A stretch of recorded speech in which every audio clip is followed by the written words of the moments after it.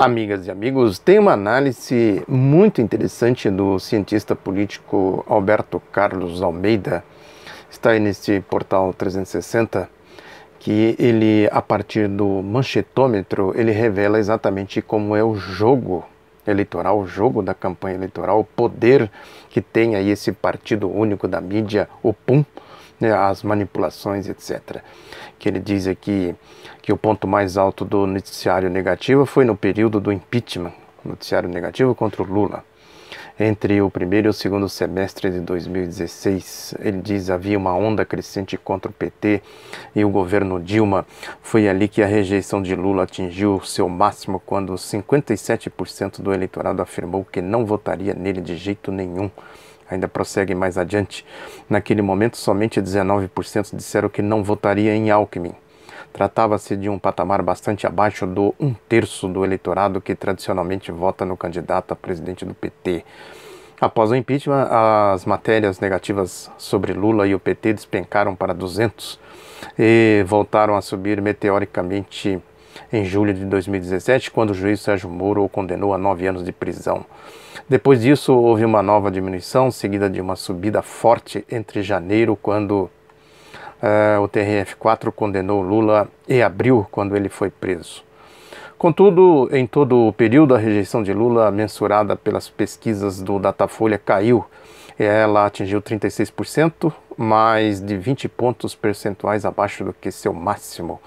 Merece destaque, portanto, que apesar da intensa cobertura de mídia negativa envolvendo Lula e o PT, a rejeição do principal líder do partido tivesse caído tanto no mesmo período. Pode-se especular, afirmando que se a mídia não fosse tão intensamente negativa, sua rejeição teria caído ainda mais. Jamais saberemos. O que sabemos, todavia, é que todas as más notícias que envolveram seu nome e de seu partido e a intensidade das mesmas não foi suficiente para impedir que a rejeição caísse muito. Por outro lado, a mídia negativa envolvendo o nome de Alckmin e do PSDB foi bem pequena quando comparada à de seu principal adversário. O máximo foi no final da série de dados, 82 matérias negativas, ao passo que o máximo sobre Lula e o PT foi na época do impeachment, com 618. Ainda assim, a rejeição a Alckmin cresceu nos últimos 2 anos, atingindo 29% em abril de 2018. Há aqui o fenômeno oposto ao ocorrido com Lula. Houve pouco noticiário negativo que não impediu o crescimento da rejeição do líder tucano. Para muitos, fica a indagação acerca da variação da rejeição dos dois políticos, pois se a cobertura da mídia não explica a queda de um e o aumento de outro, o que então poderia explicar? Ele diz, a rejeição de Lula começou a cair a partir do momento em que o PT saiu do Palácio do Planalto. Ou seja, de uma maneira ou de outra, foi graças à cobertura da mídia, mas não devido a matérias positivas ou negativas, mas sim em função de algo factual. O eleitorado foi aos poucos sendo informado de que o Brasil não era mais governado pelo PT e que uma aliança entre vários partidos, que incluía o PSDB, passou a fazê-lo. Como o governo Temer é mal avaliado, o eleitorado passou a responsabilizar seus aliados, resultando no aumento da rejeição de Alckmin. Foi graças ao impeachment e consequentemente, à mudança dos nomes dos ocupantes do poder e da oposição que a diferença entre as rejeições de Lula e Alckmin, que já foi de 38% em março de 2016, caiu para 7% em abril de 2018. É isso aí, olha aí. Quer dizer, o povo vê a situação, né? O que aconteceu com o país depois do golpe. Aqui esses números do Carlos Alberto revelam exatamente isso. As mazelas, o que é a direita no poder, o que é o golpe, o programa do golpe, etc. e tal. Agora, é importante não subestimar, nesse processo todo, né, o jogo sujo, não só da mídia, porque a mídia, ela usa aí tem os seus tentáculos, né? Eu sempre falo aqui da Operação Lava Jato, do espectro da Operação Lava Jato. Tem aí uma polêmica interessante que o Gilmar Mendes, ministro do STF, deu uma entrevista aí para esse site Jota, né, que ele põe o dedo na ferida, né? O Gilmar Mendes pode ter todos os defeitos dele, mas tem as suas qualidades, e uma das qualidades é exatamente pôr o dedo na ferida desse tribunal fascista, Tribunal Freire, do Tribunal Moro, etc., que ele diz aqui Ele chama que uma falha setorial em um dado setor da economia se magnificou de uma forma absolutamente irresponsável, constrangedora, fala mal das instituições, aponta para um delírio coletivo, todos querem virar um Moro. Ele está falando aqui desses casos aí, né, da Odebrecht, né, do JBS, etc., né, todos querem virar um Moro. Ganhar um minuto de celebridade. Não precisamos de corregedores, mas de psiquiatras. Essa turma que quer, parece essa turma de gincana, né? Quer ser os fãs, podemos dizer assim, né? Os que idolatram aí, algum ídolo da televisão, né? Do mundo artístico, coisa do tipo. O Moro virou um artista do Grupo Globo, da Rede Globo, né? É isso aí. Aí o Gilmar Mendes, a gente não precisa, né, de corregedor, precisa de psiquiatra. Falando aqui de Marcelo Bretas e tantos outros aí, né, Rodrigo Janot e tal. Essa gente aí, né? Que é o Tribunal Moro, né, o espectro da Operação Lava Jato. Mas sem falar a rataria pretoriana midiática que chega a ser pior do que isso. Esses insanos desclassificados que eu sempre falo aqui, né? Esses Merval Pereira, Miriam Leitão, José Neune Pinto, Josias de Souza, Augusto Nunes e etc, antagonista, etc. Aí ele diz aqui, porque é um problema sério, quer dizer, os estrupícios se juntam e produzem uma tragédia. É constrangedor, disse. Aí ele falou do Rodrigo Janot, né? Ele chegou a dizer que o processo que ele conduziu lá naquela farsa, aquela tentativa de golpe contra o Temer, né? Aquela manobra que ele fez lá, ele fala que mãos embriagadas dele, do Janot, conduziram ao erro, né, o Supremo, como na prisão do banqueiro André Esteves, um suposto episódio da compra do silêncio do ex-diretor da Petrobras, Nestor Severo, aquela história que eles acusaram Lula, então o Lula acabou sendo absolvido nisso. Mãos embriagadas pelo quê? Pela corrupção, pelo mundo da lama, da sujeira do Grupo Globo. É isso, o Gilmar Mendes, com todos os seus defeitos, tem essa qualidade de pôr o dedo na ferida, né? E a gente vê isso aí a miúde por aí, né? O Deltan Dallagnol acaba de dar uma entrevista na rede de rádio CBN, né? A rataria da CBN, do Grupo Globo, toda lá entrevistando ele, a rataria pretoriana do Grupo Globo, né? E ele atacando essa decisão do Supremo, da segunda turma do Supremo Tribunal Federal, né, que tirou lá das mãos da Lava Jato os processos sobre os desvios da Petrobras, né, e disseram que uma denúncia baseada somente em delação premiada não pode ser recebida. A indústria da delação premiada, tem gente ali de olho, né, na segunda turma, aquela história. Aí entra a terceira turma, que o Gilmar Mendes também já falou, que a terceira turma é o Grupo Globo, né, que ela não existe. Tem a primeira e a segunda turma no STF. E tem a terceira turma, que é o Grupo Globo. Isso que o Gilmar Mendes disse na ocasião. Ele disse a Globo News, na verdade, né? Aí, a longa entrevista chapa branca, impressionante isso. Ao invés deles trabalharem, ficam dando entrevista aí, chapa branca para o Grupo Globo, né? E aí, o Deltan Dallagnol falando é uma coisa impressionante. É impressionante. É um pastor de quinta categoria, um Jim Jones. Eu já falei aqui, né? Convidando todos ao suicídio coletivo. Quem quiser que o siga. Agora é importante desmascarar, né, falando sob medida para o Grupo Globo. Ele é medíocre, é impressionante. Frases feitas, conclamações vazias, né, inventando teses, né, o compadrio. Ele diz aqui, capitalismo de compadrio. Quem vem a ser o capitalismo de compadrio na tese dele? É que a elite empresarial, a elite política se juntam para assaltar o conjunto da sociedade, não sei mais o que. Isso está no Capital, do Karl Marx. Se ele tivesse condições de encarar o estudo do Capital do Karl Marx, ele não precisaria inventar essa tese aqui. Agora, isso aqui é fake, claro, né? Ele nem, a rigor, ele nem sabe do que está falando. Ele só sabe fazer as politicagens dele, naquele mundo estreito dele ali, vendendo palestra, livro e tal. Esse é o mundo dele, né? Enfiado até o pescoço, até a medula no mundo da corrupção, da lama, falando esse tipo de coisa. Como que o capitalismo funciona? O que é o capitalismo? Senão o capitalismo de compadrio, né, a lógica do capitalismo, como funciona o capitalismo nos Estados Unidos, na Europa, a história do capitalismo que eu falo aqui, com escravagismo, com feudalismo, etc., resquícios de regimes pré-revolução francesa, eu já falei isso várias vezes aqui.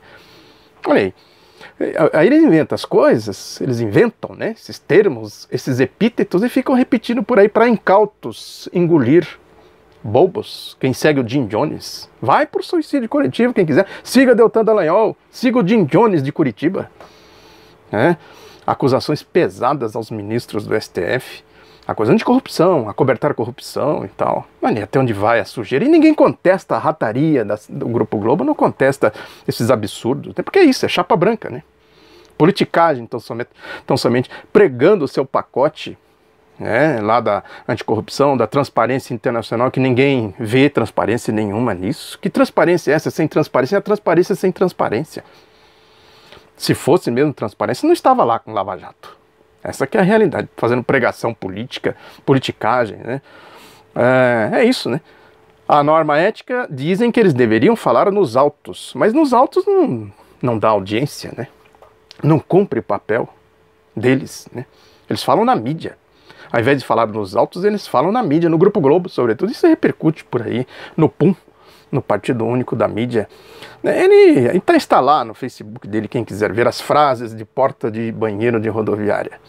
Né, que ele fala aqui que a transparência sempre foi um pilar para a força-tarefa da Lava Jato. Por isso o papel da imprensa foi, desde o começo, e ainda é fundamental para que a sociedade se mobilize contra a corrupção. Olha aí, pregando o conluio com o PUM, né, com o Partido Único da Mídia. Aí ele diz lá, tem um post dele que ele põe lá as fotos dessa campanha da transparência, que não tem transparência internacional, essa transparência obscura, né? Ele, em tom de pregação, né? Ele, chegaram meus panfletos da campanha unidos em caixa alta, unidos contra a corrupção, vou levar comigo aonde eu for para distribuir. Fazer boca de urna, né? Para os golpistas, né? E também ele usa um artigo de um tal Oscar Vilhena Vieira, que é diretor e professor da FGV de Direito de São Paulo, mestre em Direito pela Universidade de Colômbia dos Estados Unidos e doutor em Ciência Política pela USP, que ele fala aqui dos estamentos, né? Aquela história antiga do Raimundo Faoro e tal, os explicadores do Brasil, é a reciclagem deles e tal, né? E o Deltan Dallagnol exalta lá, né? Reproduz uma frase dele, diz que o estranhamento entre as classes jurídicas e políticas que vem aumentando desde o mensalão piorou com as reformas do sistema eleitoral e partidário. Com as eleições de outubro teremos mais um round deste conflito classe política e classe jurídica. Classe? O que é classe? Isso é classe? Grupos corrompidos dentro do Poder Judiciário é classe? Isso não é classe. Isso são categorias. Precisa ler lá o contrato social, né, do Rousseau, né, estudar um pouco, né, vão estudar, ao invés de ficar fazendo proselitismo, politicagem. É isso que eu falei, vai estudar o Capital, Deltan. Vê se você tem peito para estudar o Capital do Karl Marx. Vai estudar os teóricos da Revolução Francesa, da independência americana. Vai estudar os explicadores do Brasil, Raimundo Faoro, né, Sérgio Buarque de Holanda, Darcy Ribeiro, etc., Nelson Werneck Sodré e tudo mais. Vão estudar. Agora, não vão, claro, vão fazer politicagem, né? E aí a gente vê isso claramente, tem uma notinha do jornal Valor Econômico muito ilustrativa e elucidativa dessa questão, que diz que a Receita Federal lançou 18 bilhões em créditos tributários em decorrência da Operação Lava Jato, desde o início da investigação, segundo o balanço feito até o dia 12 de julho e repassado pelo Valor pelo subsecretário da Fiscalização, Iágaro Jung Martins. Desse total, somente empreiteiras foram atuadas em 10 bilhões, ele vai falando, né, explicando tudo isso. Segundo Martins, apesar do elevado número de créditos tributários lançados, algo em torno de 30% vem sendo discutido judicialmente. É isso, eles constataram que deve, né, a indústria da delação premiada, os desvios que eles alegam, que o Ministério Público Federal, a Força-Tarefa da Operação Lava Jato diz que desviou e tudo mais, fazem uma conta, aí põe o crédito, mas cadê o dinheiro? Aí vai para a justiça, né? Aí diz aqui a matéria do Valor, né, que em média os contribuintes costumam recorrer das multas por até 15 anos nas instâncias administrativas e judicial. Por que o Deltan Dallagnol não faz uma campanha, né, contra a sonegação, contra isso aqui, a tal da elisão fiscal, a legislação criada na gestão do Fernando Henrique Cardoso para propiciar, né, a rolagem dos processos judiciais dos sonegadores, das pessoas que são pilhadas em flagrantes sonegando imposto. Faz aí, ô Deltan, a Transparência Internacional faz uma campanha aqui, ó, para combater os sonegadores, a elisão fiscal, né, essa morosidade da justiça para cobrar os sonegadores. Faz aí, ao invés de ficar fazendo politicagem, Contra a corrupção, pô, isso aqui é corrupção, isso é verdadeira corrupção.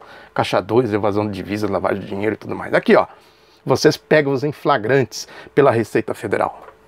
Responde aí, seus sabichões, seus bons da boca, né? E aí a gente vai pegando, enquanto eles não fazem isso, vão fazendo as politicagens, né? Tem um caso aí, a defesa do Lula pediu anulação do julgamento em que o STJ negou por unanimidade um pedido de liberdade do Lula, né? No recurso, os advogados do ex-presidente dizem que o relator do caso, o ministro Félix Fischer, cometeu uma irregularidade ao derrubar o pleito no que chamam de um verdadeiro julgamento secreto. Está na coluna aí da Folha de São Paulo, painel, né, que diz que ele levou o recurso, Fischer levou o recurso do ex-presidente em mesa, ou seja, diretamente aos colegas da quinta turma. A defesa só soube da decisão quando já havia perdido. Aí, ó, julgamento secreto, malandros, né? Julga rápido, assina, carimba, né? E pronto, acabou. Olha aí o que é o Tribunal Moro, o Tribunal Lava Jato, né? E aí já começa essa gritaria na mídia, essa questão do registro da candidatura Lula, né? Que agora vai tomar posse lá no TSE, além da Rosa Weber, que assume como presidente. Nessa aí, né, fica ali uma hora para cá, outra hora para uma hora a favor do Grupo Globo, outra hora, né, faz ali um enrolation e tal. Agora tem ministros do Grupo Globo assumindo lá: Luiz Roberto Barroso, Pangaré, né, e o Edson Fachin, o famoso Fachin da Lava Jato, é o homem da Lava Jato, subordinado do Sérgio Moro, né, faz o que o Moro manda. Essa turma que vai para o TSE, a candidatura do Lula pode passar por aí, né? E na cerimônia de posse da ministra, tem aqui na Folha também, que a Rosa Weber, né, na cerimônia de posse da Rosa Weber, a Procuradora-Geral da República, Raquel Dodge, ela tinha que comparecer, né? Afirmou que a Justiça Eleitoral precisa definir com rapidez quem são os candidatos da eleição. Ou seja, julga logo o Lula, tira o Lula fora. Olha aí, Raquel Dodge, Tribunal Moro, Tribunal Lava Jato, todo mundo trabalhando contra o Lula, né? Impressionante. E o Lula lá em cima nas pesquisas, na popularidade. Isso que eu acabei de ler aqui a análise do cientista político Carlos Alberto. É isso, não subestimar, né? Não subestimar a rataria pretoriana midiática. Essa gente é da corrupção.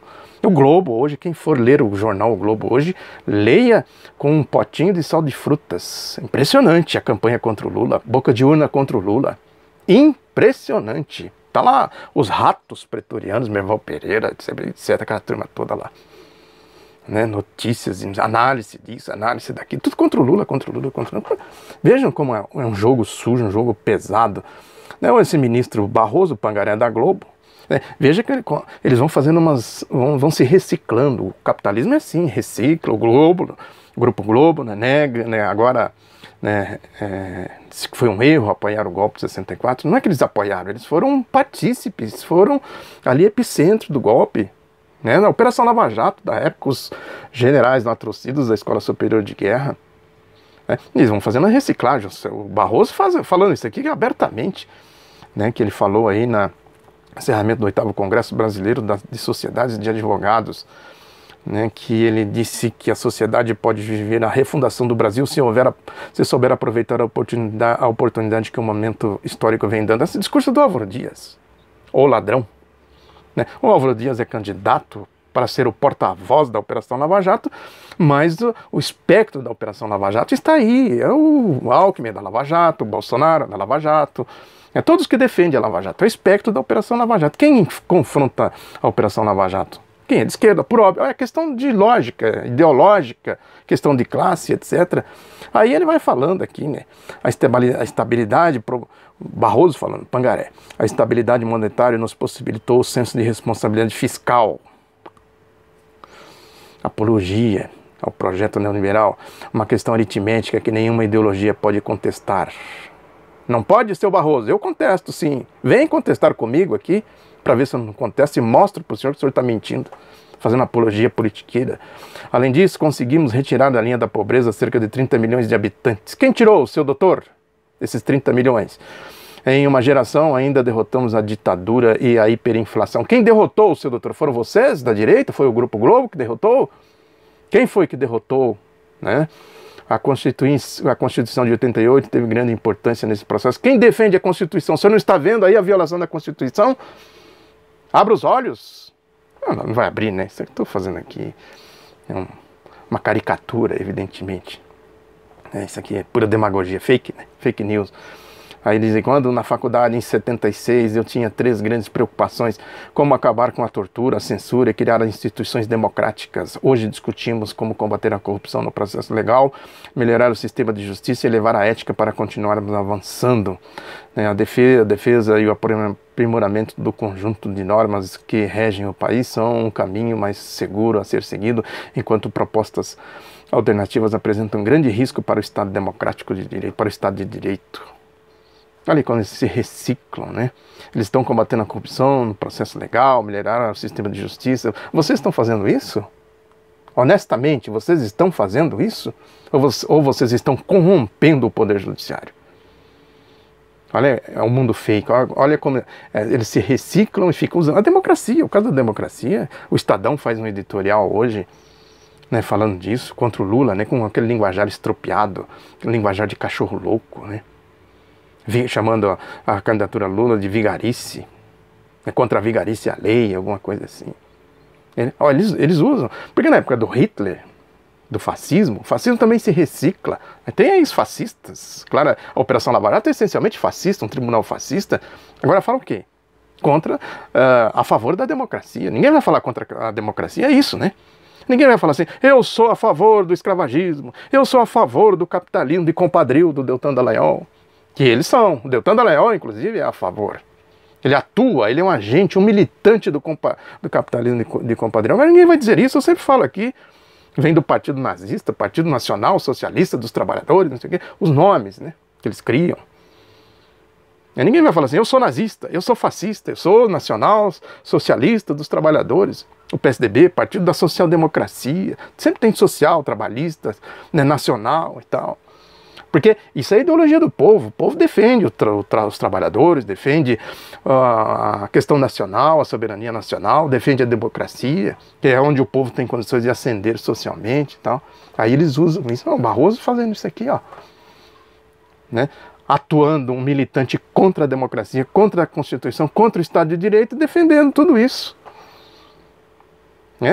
É o jogo moderno, é o fascismo moderno. Isso já foi falado por outras pessoas lá atrás. É o que seria o fascismo do futuro. É isso aqui, ó. Exatamente isso aqui. Aí a Folha também dá uma notícia aí de que aliados do Geraldo Alckmin e tal dizem que a estratégia adotada pelo PT pode deixar a sigla de fora do segundo turno. Aí eles dizem que eles trabalham com a hipótese do Jair Bolsonaro ir para o segundo turno e tal. Né? Com isso eles vão criar, é isso que eu falei aqui, né? Eles vão identificando as táticas e tal, porque é muito mais difícil derrotar um candidato da coligação de esquerda, né? Seja o Lula ou seja o Haddad, junto com a Manuela Dávila do PCdoB e tal, que tem poder de mobilização popular. Uma campanha na rua dessa chapa aqui tem um poder gigantesco. Imagina no segundo turno, como isso não pode ser explosivo para a lógica da direita, para o programa golpista. Então eles vão fazer... Prestem atenção, eu venho falando isso aqui, não é de hoje. Podem prestar atenção nisso. Como a Globo, o Grupo Globo trabalha, o PUM, o Partido Único da Mídia trabalha, a Lava Jato. Por que eles não pegam o Bolsonaro? Tem rabo de palha. Deixa ele aí, é sparring, né?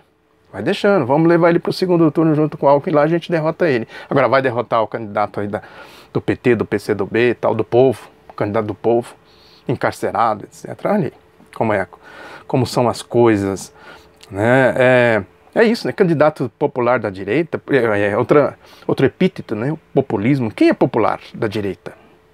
O Jair Bolsonaro é popular? Por que o Jair Bolsonaro é popular? Porque propõe soluções fáceis como o Hitler. Agora, essa é uma popularidade que não se sustenta, né? Porque tem rabo de palha, é isso que eu falei, que se jogar a Lava Jato na lógica deles, né? Corrupto contra corrupto, jogar a Lava Jato em cima do Bolsonaro, eles destroem o Bolsonaro do dia para a noite. Ou da noite para o dia. Né? Que esse mundo é obscuro, né? E eles não fazem isso exatamente porque serve a tática deles. Popular é de esquerda, só pode ser popular de esquerda. Por quê? Porque é a ideologia do povo, fala com o povo, dialoga com o povo, dos interesses do povo. Por que o Lula é popular? Tem aí um editorial do portal Vermelho, vermelho.org.br, eu vou deixar aqui para vocês darem uma olhadinha, chama Lula, o que é de Lula, né, que faz uma análise muito interessante, né, percorre a trajetória do Lula, né, comparando com Getúlio Vargas, com Juscelino Kubitschek, com o João Goulart, que foram vítimas da mesma ideologia que persegue o Lula, com a diferença que o Lula saiu da classe operária, da classe trabalhadora, né, e se consolidou e se formou como uma liderança popular, né, foi presidente por 2 ocasiões, com muito mais força, com muito mais poder popular. Isso diferencia o Lula. E lá pelas tantas diz o editorial que Lula é vítima das chibatas da Casa Grande e da Casa Branca. Uma síntese interessantíssima e perfeita. Lula é vítima das chibatas da Casa Grande e da Casa Branca. É isso aí. Muito obrigado pela atenção. Divulgue o outro lado da notícia. Um abraço e até a próxima.